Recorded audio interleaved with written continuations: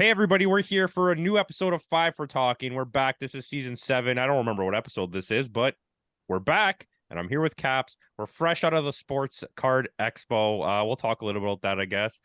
You can see our short. It's on the channel, hosted by Caps himself. Uh, so we're gonna do a little bit of NHL. It's mostly gonna be Leafs for this, but there will be one big topic for NHL. Once again, will be the Edmonton Oilers and what's going on there. So I guess we'll start with that.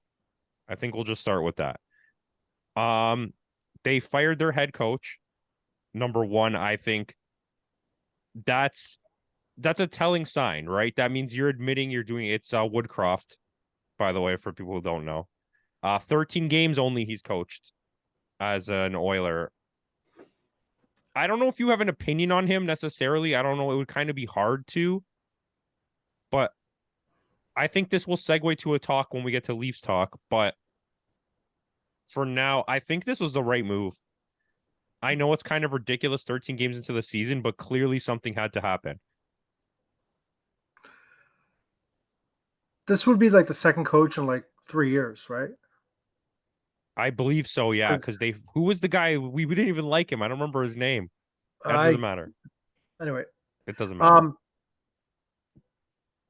I don't really know if for coaching, I don't know if this would actually be a coaching issue because it's just like if you have two coaches in the last 3 years, um, and they both failed, uh, with I don't think this is the right set.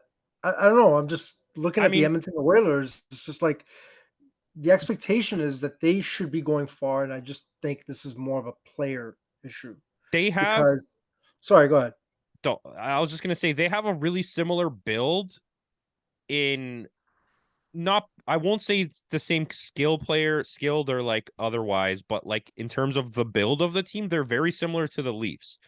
The Yep. Leafs have just figured out a way to have a little more defensive depth and a little more depth in their third and fourth lines, where the Oilers, after the top two lines, have nothing, and after their top two defensemen have nothing. And they don't have a I goalie. totally get your point. It's just that, but the fact of the matter is that their biggest issue is the goalie Oh, situation, big time. and if you're waiving one goalie, knowing full well that that is your problem, that is the thing that you need to address. Address that, and then maybe see what happens afterwards because you just addressed a goalie issue and a coaching issue in a matter of weeks, and it's just I don't know. I think It's it's it's counterproductive. more. You're right. You're absolutely right. And I Yeah, think Connor McDavid and Draisaitl both haven't been living up to the expectations this season. And absolutely. and it's fair to have that criticism of it because for the last 6 seasons they've been top of the NHL, both of them. So to Yeah. go to be so consistent and come into this year and struggle, I know McDavid's been a little bit injured, um, but I think that's Rumor fair. has it that they were both injured, and I don't know how true that is. I mean, I know for a fact Connor McDavid's playing injured. They've mentioned it. Mm. Um, but so today we're filming this on Sunday night, November. I don't know the date. Do you know the date? Well, 12th. So just for reference, because I believe this video will be posted on Tuesday, but it's crazy to me. Yesterday, Saturday, they beat the Kraken. and Draisaitl and they fired the McDavid both coach. got 0 points. Zero Yeah, points. but I also And just find it odd is that they won the game and then they fired the coach. It's I like mean, but I think that it was different. There was a thing there, right? Hyman got 3 goals. McDavid and Draisaitl got 0 points. 0 points. Um, I also like to just shine a light on the comments that Jack Campbell made. Which were? You didn't see that? Okay, so when he got Uh, waived to the but he AHL, got pulled in his first game in the oh, he AHL. Did you got see that? lit up.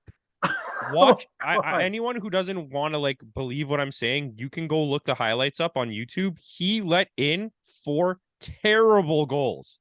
One of them was just a bouncing puck that just rolled right by him into the net. And Crazy. his comments were okay that he thought he was playing really well and he doesn't understand why he got waived.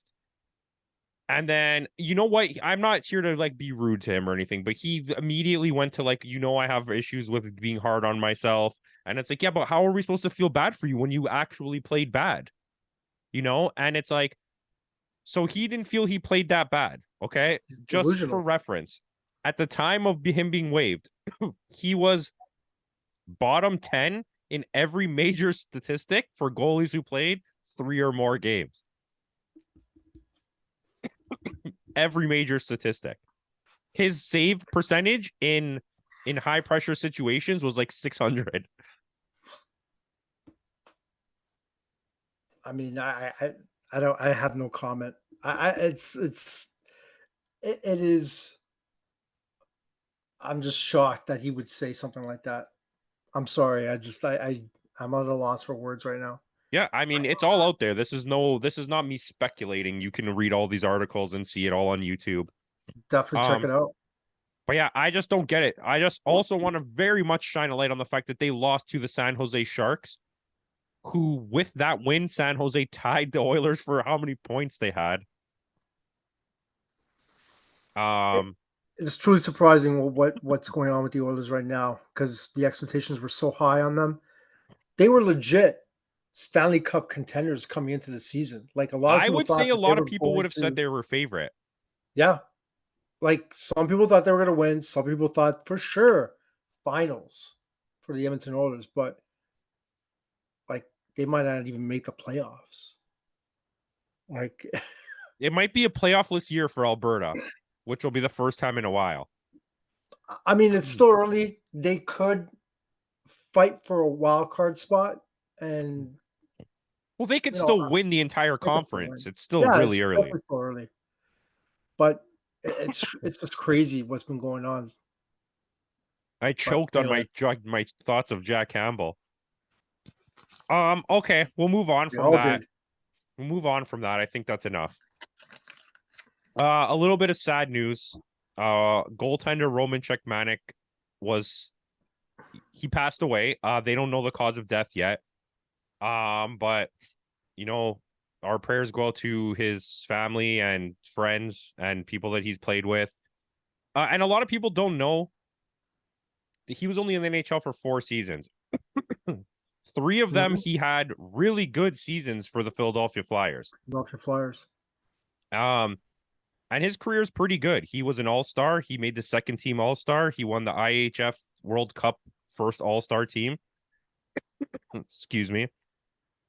He won 3 golds in the World Championships, 1 Olympic gold, under 18 silver, World Juniors bronze, World Championship bronze twice. He was the Czech goalie of the year 5 times, and he won a Jennings Trophy. Sorry, I don't know. I'm dying over here.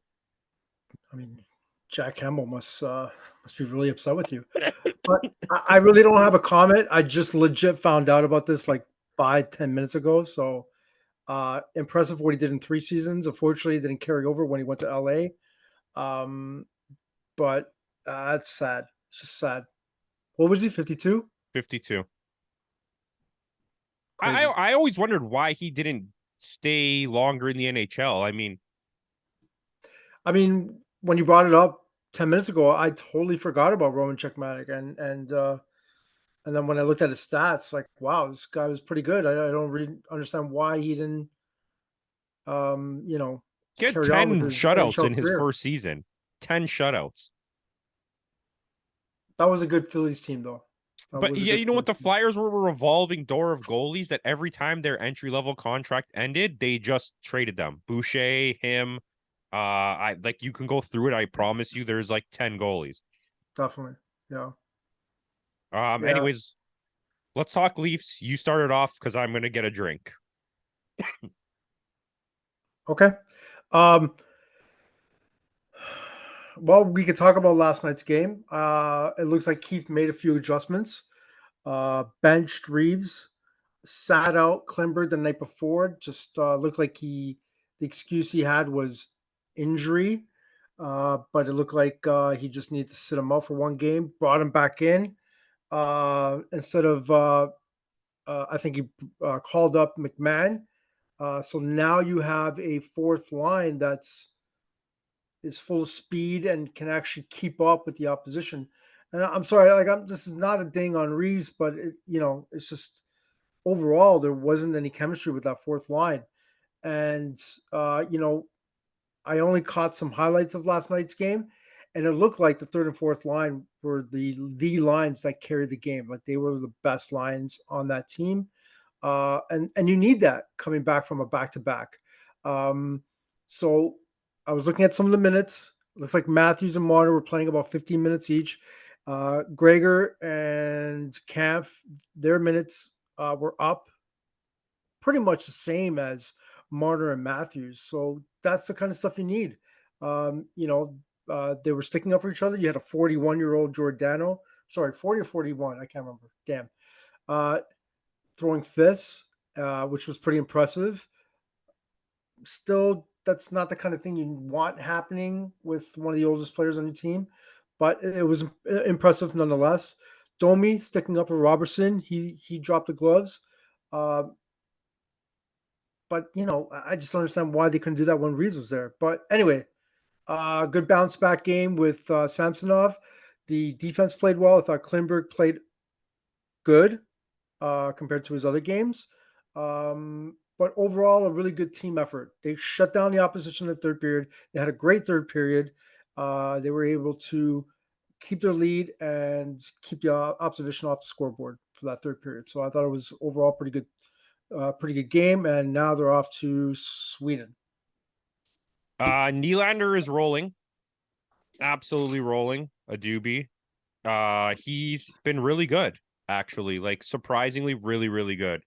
We talked the other day about potentially getting rid of Marner and keeping Nylander for the cost that it's gonna accrue in the long run. And you can bring in something pretty decent for Marner, I think, right now on the market. Matthew Nyes is playing really well. Yeah, Bertuzzi Robertson picked up his game. Robertson has 3 points in 3 games. And Robinson's playing well. Domi's playing well. Yonkrock has been playing very well on that third line. Tavares has been steady. Um, but that fourth line was pretty damn good last night, I got to say. Gregor's playing great. yep, Camp was having such a disappointing season, but he had a pretty good game last night. Uh, Bobby McMahon fits. yeah, I don't know what the plan is going forward. I'm hoping that Reeves finds his game. I still think he brings value to this team, um, but sometimes you got to make the hard decisions. If the shoe fits, I mean, if the sometimes shoe you got to move fits, on. you Yeah, should probably sometimes put you got them to move on. on. You got to make some difficult decisions. But I'm glad that Samsonov had a good game last night. He needed it. He needed it because They need him. That like they both need him going goalies are forward. so wishy-washy. Yeah, yeah. You can't get consistency out of either of them this season. I know there's But a I lot think of like people that are big Wall fans, but by the way, on the subway home from the Sports Card Expo, I saw a lot of Wall jerseys, and I was like, "What is happening?" crazy, eh? Um, but uh, the thing is that team needs to play better in front of them. They need to help each other. You cannot simply just rely on your goalie to like just carry the team like that. You gotta play. You gotta play in front of them. You can't let it, um, leave them out to dry or whatever. You gotta play. And I thought that was one of the better team efforts I've seen all season last night. Yeah, which So is good. hopefully they're able to carry that momentum going forward. Um, what do you think about the Matthews thing? Because like he either puts up 5 points in a game or he gets zero. Yeah, it's pretty streaky. I just think that they're paying him to play to score goals. I really don't think that they're paying him to get any assists. Um, and he still leads a team of goals, but he only has like about 4 or 5 assists, I think. Um, yeah, I mean that's a tough one, man. Like it's either he has an awesome night or he sometimes he's just cold, and I think I still think he's been playing well. Um, he's not. Sometimes he just doesn't get the bounces, but overall, he's still putting in the effort. Um, but sometimes, Marner is the one that kind of concerns me a little bit, especially with those. And I know you brought Say it it. up Just many, say many it. times. Those passes that he just, you know, Just passes to no one. passes to no No one. look passes to no one. Um, I will give you this. Matthews was infuriating me during the overtime during the Calgary game, man, when he was just like giving away the puck like a couple of times in overtime where it almost resulted in a goal. It's like, God dang, man, come on. Um, but I think he'll bounce back. He'll get some stuff going again. But like you said, their best player is Nylander right now. Definitely, definitely. I'm a little worried about the defensive situations. I don't know if they need to make some moves, but I feel like if they play like a team, they can win. Well, let's bring it up. Like the rumor was, and Bargo posted in our chat, Zadorov. Well, his brother has been asking for him for the Leafs to trade for him all season. So the fact that that actually is the rumor right now is insane. Yeah, it's just I don't know what do you give up? What do you try and offer? What is Calgary going to accept? What do they want? It's like, I mean, it you can only depends. do so much. They have a weird team where they don't really have the rebuilding type assets. So they can either retool, which would require the Leafs to give up something good, unless they're planning on dumping everyone by the deadline and fully rebuilding. Which in that case, then the Leafs can trade a couple draft picks and like a salary like Klingberg or who what was the other guy that we kept saying McCabe? I believe McCabe was one of them. Yeah. Like it's gonna be a You know for a salary fact dump that and draft Calgary picks. wants Nylander. You know that. Like I have no doubt that they want Nylander very so badly. It's like, do you like if I was Toronto, I'd be like, I don't think that's a good idea. I mean, I wouldn't do that. There's no way. He's not Zadorov's not worth Nylander. Not even close. Yeah. It's a tricky one. Because there's Toronto other has so much teams to work with. interested, right? Like, aren't the Canucks interested as well? I think it's like down to 4 teams now. I can't remember what the rumor was. I saw it earlier today. Probably should have had it like in front of me, but from what I understand, it was 4 teams. It's down to 4 teams now that want him. One of which is Toronto, and he would like to Canucks, come to Devils, Toronto. Leafs are the top three. Mm. What was the third one? Devils. Canucks, Leafs, Devils. Wow, can the Devils fit him? I mean, depends what they're going to give up. Honors, they got the cap space. Wow, I don't think that's an his interesting contract's one. very big. You want me to check it? Sure, if you want to. Um, Oh, but wow. as far, sorry, 3.7 million, 3.75 million. I didn't think it was that much. wow, that's not bad. But I believe he's a rental. I think Oh, this is the definitely, last season. definitely. Uh, big defenseman. Like everybody thinks that he's like crazy physical. He's physical, but he's not He's a good like defender. he's a good defender. You know what I mean? He's a he's a solid defenseman, and I think they do need that. But you know what? I will say that Lagesson has been a surprisingly good defenseman. Like there's 6 defensemen that the Leafs are using. Benoit was fine a couple of nights ago. So they got some guys waiting in the wings. Connor Timmins is going to be coming back soon. I think they should take a look at what they have and then maybe assess from there. Um, but oh, it just came back to me. Brody, I think, was the guy that we were talking about Oh, yeah. because the Dumping season his is his last contract. season. And then we made the joke about, what if Calgary just took back their former players and Giordano and Brody would just I mean, they can't have Giordano. not after that fight. But yeah, I look at this team with optimism after the last couple of games. It looks like some of the structure is coming back. If they can get it together, it should be a good rest of November, hopefully. Yep. Um, but yeah, I guess we Okay. can. Well, we don't have So, anything else about that. Why don't you quickly just tell the people your experience at the Sports Card Expo? well, I like to give you the honor of talking about it because that was your first time going. So, what'd you think? I thought it was pretty good. I mean, I'm normally an Expo guy. I do all the comic and fan expos that Toronto He's an does. exhibitionist. Yeah, I actually don't. I don't do the exhibition.